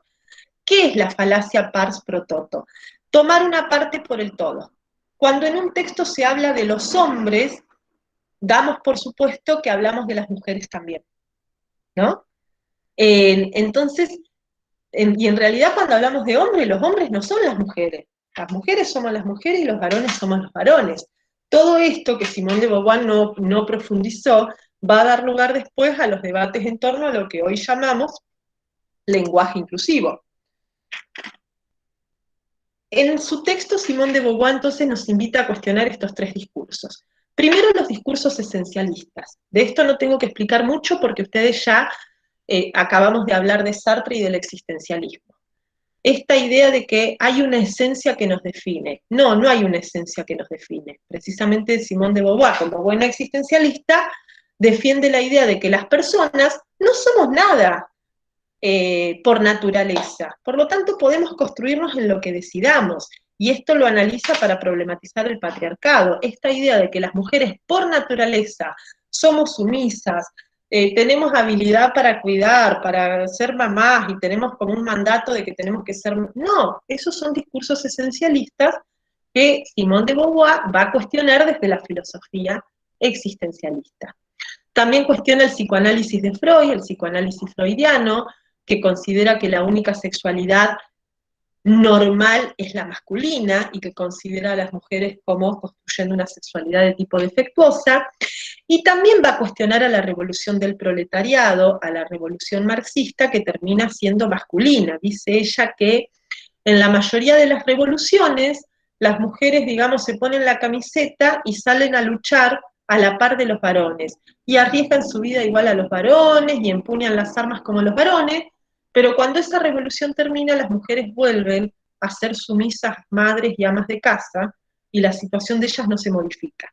Entonces, de alguna manera, cuestiona las revoluciones marxistas, que no son también revoluciones feministas. Y el último concepto de Simone de Beauvoir, que toma el texto que van a leer de Femenías, es la noción de situación, que es una noción que en realidad ella la toma de Sartre. Para Sartre la situación es precisamente el contexto, el lugar en el que la conciencia humana se afirma como pura libertad. En el ejemplo que dábamos sobre la libertad cuando hablábamos de Sartre, cuando decíamos, bueno, un prisionero en un campo de concentración, esa es su situación. Esa situación, que por muchos discursos filosóficos es pensado como una limitación de la libertad, para muchas filosofías la situación limita mi libertad, qué sé yo quiero estar en el Caribe pero estoy en situación de pandemia y no tengo plata, entonces esa situación limita mi libertad. Para Sartre dice que no, que en realidad la situación es la que afirma mi libertad, porque el único lugar en el que yo puedo construir mi libertad es en una situación. Por lo tanto, para Sartre la situación tiene que ver con el ámbito en el que se desempeña, en el que se desarrolla la libertad, es el producto de la contingencia de la existencia humana y precisamente de que ninguna situación justifica la negación o la limitación de mi libertad. En todo caso, si yo niego mi libertad, no la estoy negando, sino que la estoy afirmando y estoy decidiendo no hacerme cargo de ella y que otro decida por mí. En este concepto, Simone de Beauvoir va a discutir o se va a distanciar de Sartre. Para Simone de Beauvoir, la situación puede de alguna manera no negarla, pero sí limitarla la libertad. Ella distingue entre la libertad sin más, la libertad absoluta, que ella entiende que es la libertad de la que habló Sartre en el existencialismo, de la posibilidad concreta y real de libertad que puede limitarse desde afuera. Es decir, que yo puedo hacer cosas para que las otras personas no sean libres. Hay personas que pueden limitar mi libertad si lo desean. Y yo también puedo decidir, si lo deseo, tratar de limitar la libertad de las demás personas. Por lo tanto, la situación afecta mi libertad porque yo puedo rodearme de personas que limiten o que amplíen mi libertad. Y yo misma puedo decidir contribuir a que se amplíe o a que se limite la libertad de otras personas. Por lo tanto, hay situaciones privilegiadas y hay situaciones opresoras. Históricamente, los varones vivieron una situación privilegiada. Las mujeres vivimos una situación opresora. Eso no significa que las mujeres no hayamos sido libres, pero sí significa que vivimos en una situación diferente a la de los varones, que el ámbito de nuestra libertad fue diferente. Y entonces ella no asocia como Sartre situación y libertad, sino que la situación es una cosa y la libertad es otra, y aquí ella elabora el concepto de mala fe. Cuando yo limito la libertad de alguien, actúo de mala fe, ¿no? Precisamente ella se opone, cuando ella cuestiona a los varones y cuestiona a otras mujeres, precisamente cuestiona esta idea de que podemos obrar por mala fe tratando de limitar la libertad de otras personas. Si yo hago eso, si yo trato de oprimir al otro, si trato de alienarlo, si trato de poseerlo, ellas piensan igual que Sartre en la relación de pareja, ¿qué es lo que ocurre? Que lo deshumanizo, porque la esencia del ser humano es la libertad. Decíamos al principio cómo, ¿se acuerdan que Marx hablaba de esto también? La esencia del ser humano es el trabajo, por lo tanto, si yo alieno la situación del trabajo, deshumanizo a las personas. Simone de Beauvoir aquí afirma lo mismo con respecto a las mujeres. Si yo hago algo para que el otro no sea libre, no lo estoy reconociendo como humano, lo estoy deshumanizando, lo estoy empujando, ¿sí?, a la inmanencia, lo estoy empujando a una existencia degradada, lo estoy empujando a que sea menos humano, a que sea menos libre. Y esto es lo que nos ha ocurrido históricamente a las mujeres a partir de la existencia del patriarcado. Y por eso ella entiende al feminismo como una herramienta de lucha política en donde las mujeres nos asociemos para poner en marcha lo que ella denomina sensibilidad feminista para superar esta situación de opresión.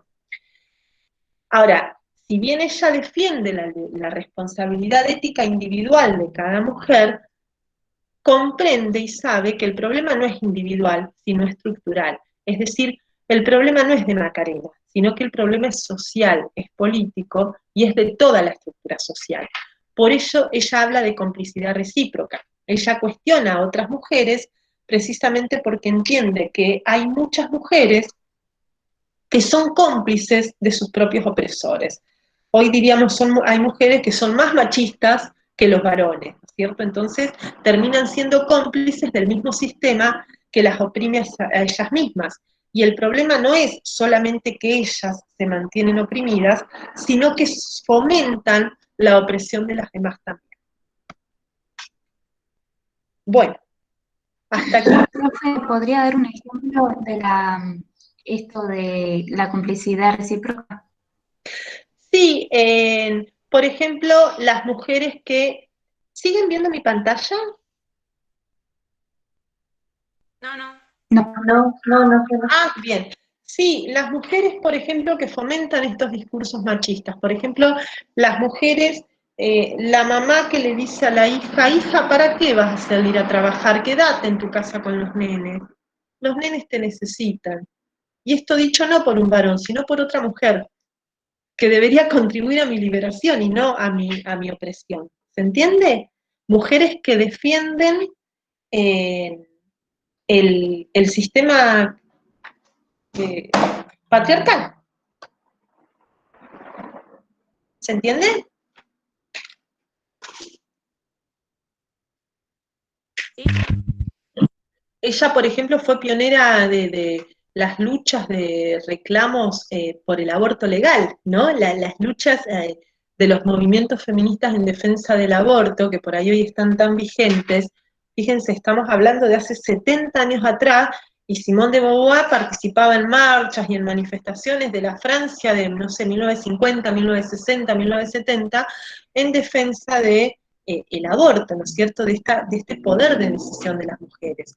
Y ella sostiene que muchas mujeres fomentan, no esta mujer que juzga a la otra, ¿no? Esta mujer que cuestiona a la otra por la forma en que vive su sexualidad, por la forma en que construye sus relaciones afectivas, es una mujer que termina siendo cómplice del sistema patriarcal que nos oprime, porque a los varones no los cuestionamos, por ejemplo, por la forma en que viven su vida sexual o por si prefieren o deciden tener muchas parejas sexuales.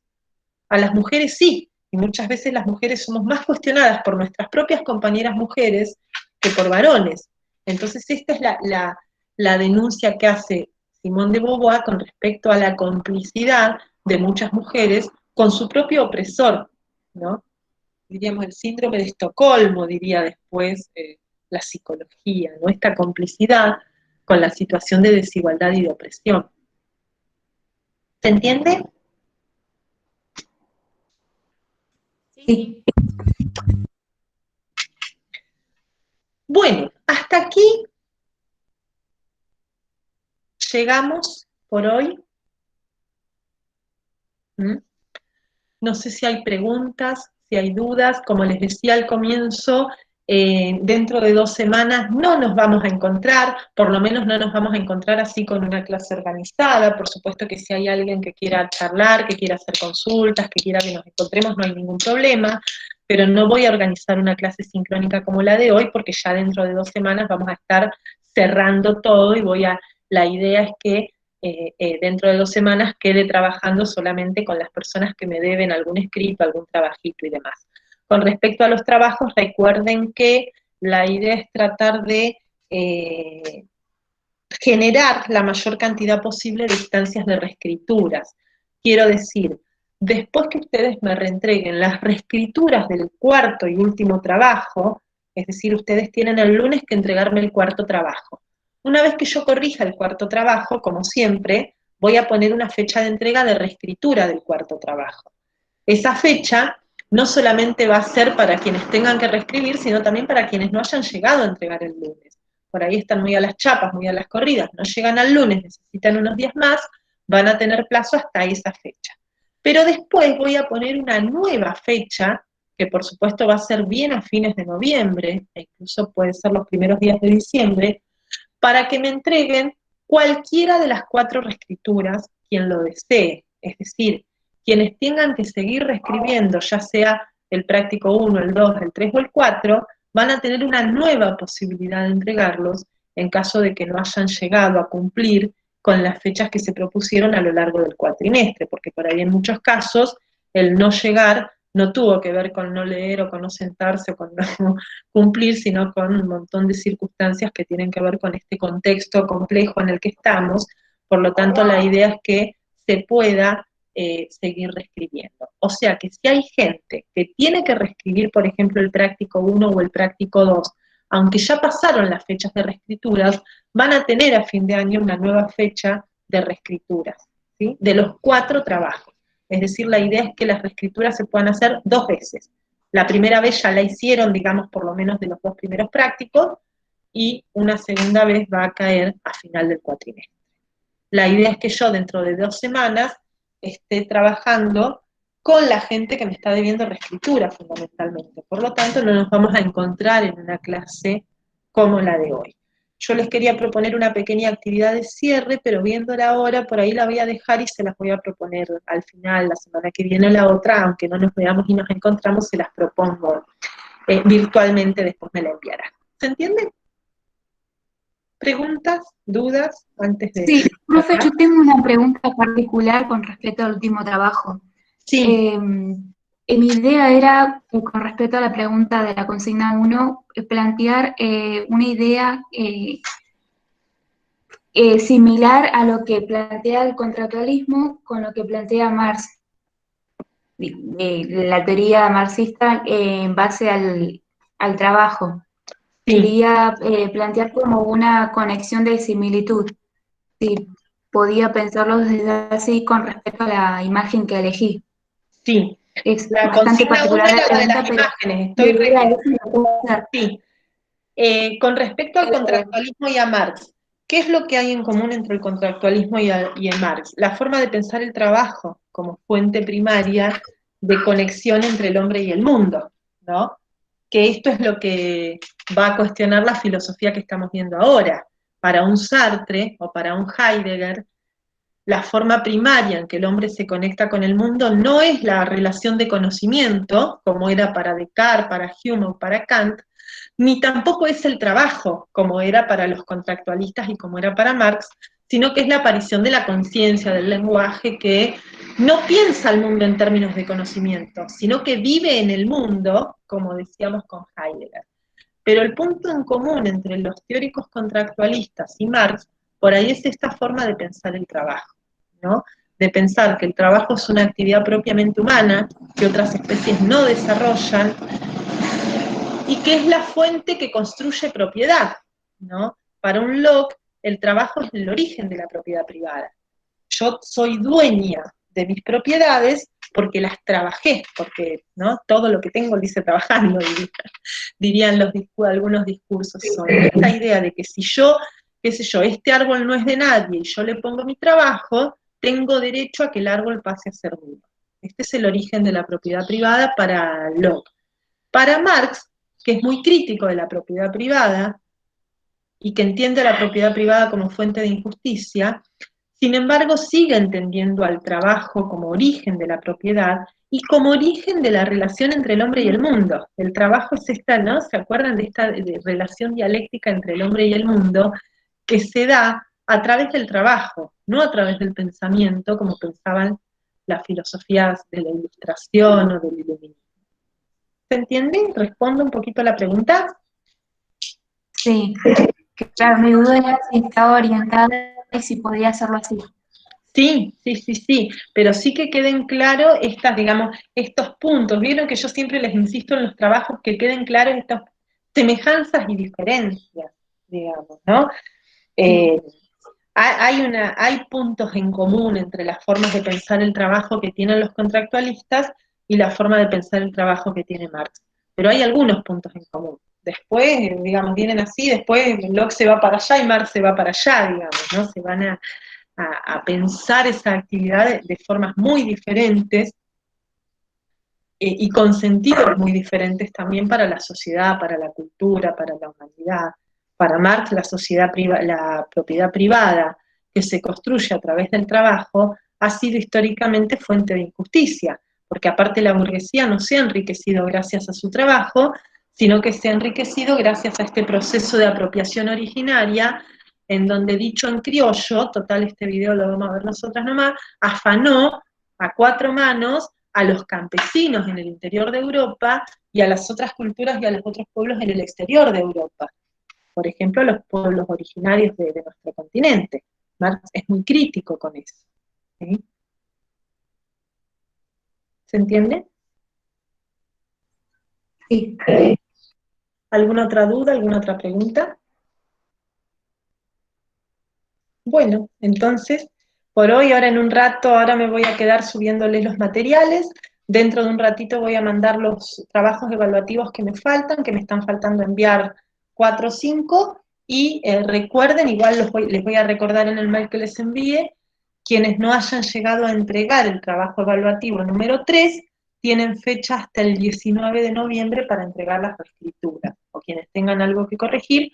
Por supuesto, esto no significa que me lo tengan que mandar el 19, me lo mandan cuando lo tengan listo, pero la fecha tope va a ser el 19, por lo menos en esta instancia. Después, al final del cuatrimestre, va a haber otra fecha para entregar reescrituras de cualquier trabajo. ¿Está claro? Profe, la Sí, clase 12 y 13, había sí. una fecha, la 13 sé que es ahora, pero todavía se puede entregar la 12. Sí, eso precisamente estábamos hablando del comienzo. En realidad, la clase 12 ya la debería estar cerrando, pero todavía no la he cerrado porque le estoy dando prioridad a la corrección de los trabajos evaluativos. La clase 12 sí, en cuanto termine de corregir trabajos evaluativos, la voy a cerrar. Calcúlenle que la puedo llegar a cerrar el viernes, ¿sí? Así que si no participaron ya urgente háganlo, porque bueno, yo una vez que empiece a corregir no voy a seguir recibiendo trabajos de esas clases, porque si no se me juntan, imagínense, trabajos de todos lados.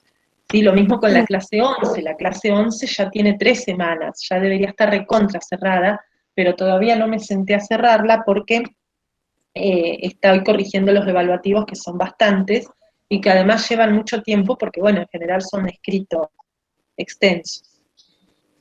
Bueno, Una cosita Profe, aprovecho para... sí. Sí, No, un comentario chiquitito. No se asusten cuando vean la clase por la cantidad de textos que hay, porque esta vez son 4 textos, pero son 4 textos muy cortitos, ¿sí?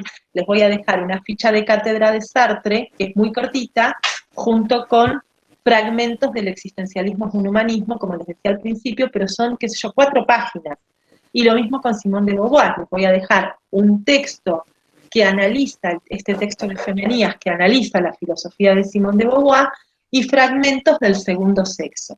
Entonces son 4 archivos, pero creo que el archivo más largo, que es el de Femenías, tiene 12 páginas, el más largo, y el más cortito debe tener 4, creo. Así que son textos muy cortitos, no es que son 4 textos de 20 páginas cada uno. No se asusten, por ahí van a ver cuántos textos. No es mucho, ¿sí? No son muchas hojas, son textos muy breves todos. ¿Sí? Sí que Mariana, ibas a decir algo. sí, quería aprovechar la pregunta que hizo la compañera hace un ratito. En caso de que no llegue a participar de la actividad de la clase 13, No hay ningún problema. ¿qué pasaría en ese caso? No pasa nada. Ustedes recuerden que Hasta ahora tengo registro de haber participado en todas, pero con más razón veo no que no pasa llego nada. para esta. No hay problema. El requisito es que ustedes participen en el 60% de las actividades semanales. teniendo en cuenta que las semanas son 16 actividades, la participación mínima requerida es más o menos entre 9 y 10 clases. Es decir, que si ustedes participaron en todas las clases, no hay absolutamente ningún problema.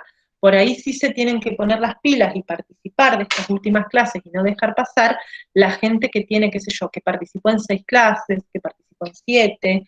Yo cuando cerré las actividades de la clase 10, les escribí personalmente a las personas de las que registraba por ahí participaciones de pocas clases. No de pocas, por ahí les escribí, por ejemplo, a las chicas que tenían 7 clases. 7 de 10 está recontra re bien, tienen el 70%, pero por las dudas les recordé este requisito del 60% para que sepan que si ya tienen 7, por lo menos de 2 o 3 clases más tienen que participar. Pero no pasa absolutamente nada, no es un requisito que participen del 100% de las actividades semanales, no se les pide eso de ninguna manera. Si total después los textos los tienen que leer para el evaluativo, ¿no? Y cuando el evaluativo pide, por ejemplo, retomar un foro o retomar un Padlet, lo pueden retomar sin haber participado, porque el foro está ahí, lo pueden leer, o el Padlet, yo siempre cuando lo cierro se los envío en un PDF, entonces lo tienen ahí, lo pueden leer, y pueden leer lo que las compañeras, los compañeros escribieron, pueden leer lo que escribí yo, no es un requisito indispensable que sí o sí hayan participado para resolver las consignas. Por supuesto, siempre es mejor participar porque después ayuda a resolver las consignas. Pero si no llegan, no pasa nada. Por supuesto, sí pasa si no llego esta semana, no llego la que sigue, no llego la otra. No, bueno, ahí sí, pero si no llegan una semana no pasa absolutamente nada, está todo bien. No se hagan problema. ¿Estamos? Bueno, Sí, sí. cualquier cosa recuerden, yo voy a estar por lo menos hasta el 20 de diciembre, hasta el 10 de diciembre, hasta que terminen los finales, no sé qué día terminan, a disposición para clases de consulta. Es decir, las clases de consulta siguen estando a disposición por más que el cuatrimestre haya terminado. Ya sea porque están estudiando para el final o porque, no sé, quieren hacer una consulta del cursado, estoy a disposición para consultas hasta el final de diciembre. Y en febrero igual, el primer día que nos presentamos a trabajar, lo primero que hacemos es organizar horarios de clases de consulta. Consejo para el final, no salgan a las corridas a rendir ya, a no ser que hayan tenido el tiempo de masticar bien la materia. Vieron que esta materia es como en algún punto parecida a las matemáticas, en el sentido de que estamos todo el tiempo yendo y viniendo para atrás, ¿no es cierto? Estamos hablando de Sartre y volvimos a Platón, o volvemos a Sócrates. Es una materia en donde hay un diálogo entre las diferentes corrientes y los diferentes pensamientos que vamos trabajando, que es un diálogo que hace que si ustedes, por ejemplo, hoy volvieran a ver el primer capítulo de Mentira a la Verdad que vimos cuando empezamos, van a encontrar cosas nuevas. Porque hablamos de Nietzsche, porque hablamos de Sartre, porque hablamos de un montón de autores de los que no habíamos hablado en ese momento, entonces por ahí cuando lo vuelvan a ver van a encontrar un montón de cosas que hoy, que en ese momento, en agosto, no encontraron. Entonces la materia requiere un periodo de maduración, digamos, de esta posibilidad de entablar estos diálogos que por ahí en el cursado y con el ritmo del cuatrimestre y los tiempos cortos que tenemos, no lo podemos hacer. Por supuesto, esto no significa que no puedan rendir en diciembre. Si hay alguien que cursó, digamos, si cursaron bien la materia, si tuvieron tiempos de leer los textos, si tienen la materia fresca, está buenísimo que la rindan en diciembre y que ya está, ¿no? Ya la sacan y pueden continuar con otras. Ahora, el hecho de que les diga que no salgan corriendo a rendirla en febrero tampoco, o en diciembre, perdón, quise decir, tampoco significa que la dejen 2 años. No la dejen 2 años. Ustedes imagínense lo que es volver a leer todo esto y volver a trabajar con todo esto dentro de 1 año y medio, cuando están con todo otro montón de materia y cuando ya se olvidaron de un montón de las cosas que hablamos acá. La idea es no salir a las chapas a rendirlas, sino que tomarse el tiempo de releer, de volver a madurar los debates, de poder entablar estos diálogos, pero tampoco dejarla 2 años, porque prácticamente van a tener que volver a empezar de cero. ¿Sí? Tómense por ahí el tiempito de lectura y eso, pero si pueden rendirla en febrero, o si pueden rendirla, bueno, si pueden ahora en diciembre si llegan también, pero traten de no dejar la materia, tienen un montón de compañeras, de compañeros que están cursando en este momento y que cursaron y aprobaron. Y están acá porque pasaron los 2 años y la materia se les venció y la tuvieron que volver a hacer. Entonces por ahí traten de que no ocurra esto, sino de sacarse la materia. No me gusta esto de sacárselo encima, ¿no? No está bueno pensar una materia como algo que me tengo que sacar de encima, pero sí de no dejar pasar tanto tiempo como para no tener que retroceder tanto después a la hora de retomar debates y cuestiones que capaz que como tienen más de un año se olvidaron. Bueno, ¿estamos, gente? ¿Estamos listas? Bueno, seguimos en contacto entonces por medios Gracias. virtuales. Nos estamos viendo. Chau, chicas. Chao.